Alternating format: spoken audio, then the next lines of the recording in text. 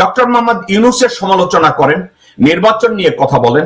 সাংবাদিকরা ডক্টর ইউনূস সম্পর্কে পারে তো মাসুদ কামাল সহ আরো কিছু গার্বেজ আছে, তারা পারে তো নিজের বালের মধ্যে উকুন খুঁজে বের করে, কিন্তু এদের কাউকে দেখবেন না জেনারেল ওয়াকারকে নিয়ে কথা বলে।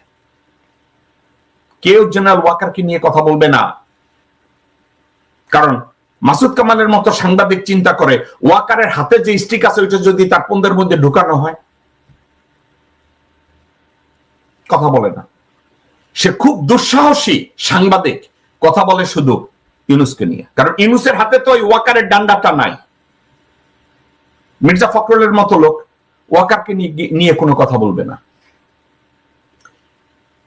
টেলিভিশনের যেসব বুদ্ধিজীবীরা টক শো করতে আসে, কুইটা কুইটা কথা বলে, মনে হয় যেন তাদের কনস্টিপেশন, তারাও জেনারেল ওয়াকার নিয়ে কোনো কথা বলবে না।